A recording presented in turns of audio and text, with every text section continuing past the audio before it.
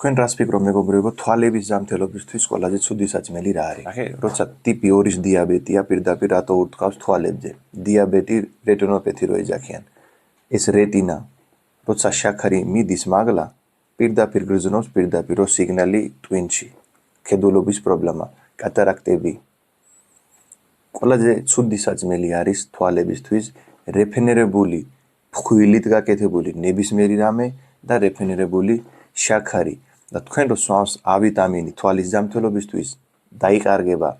მაგისთვის ყველაზე საუკეთესო არის პირველ რიგში გული, კვერცხი გული უნდა ჭამო. მეორე არის თუ ჭამს ხორცი, საქონელის გვიძილში შედის, არის მირთევზას გვიძლის ზეთი. ეს სამი საჭმელი ყველაზე საუკეთესოა. რეფენერებული ფხვილი და შაქარი უნდა სიამჩირო. თუ გინდა რომ სათვალები არ დაგჭირდე. კარგად და ჯანმრთელად. თქვენ რას ფიქრობთ მეგობრებო, თვალების ზამთრელობისთვის ყველაზე ცუდი საჭმელი რა არის? ნახე, როცა ტიპი 2-ის დიაბეტია, პირდაპირ რატო ურტყავს თვალებზე? დიაბეტი, რეტინოპათი რო ეძახიან. ეს რეტინა, როცა შაქარი მიდის მაგლა, პირდაპირ გრძნობს პირდაპირ რო სიგნალი ტვინში. ქედულობის პრობლემა, კატარაქტები. ყველაზე ცუდი საჭმელი არის თვალებისთვის რეფენერებული, ფხვილით გაკეთებული ნებისმიერი რამე და რეფენერებული შაქარი.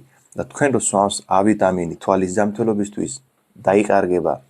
მაგისთვის ყველაზე საუკეთესო არის პირველ რიგში გული, კვერცხი გული უნდა ჭამო. მეორე არის თუ ჭამს ხორცი, საქონელის გვიძილში შედის, არის მირთევზას გვიძლის ზეთი. ეს სამი საჭმელი ყველაზე საუკეთესოა. რეფენერებული ფხვილი და შაქარი უნდა სიამჩირო. თუ გინდა რომ სათვალები არ დაგჭირდე. კარგად და ჯანმრთელად.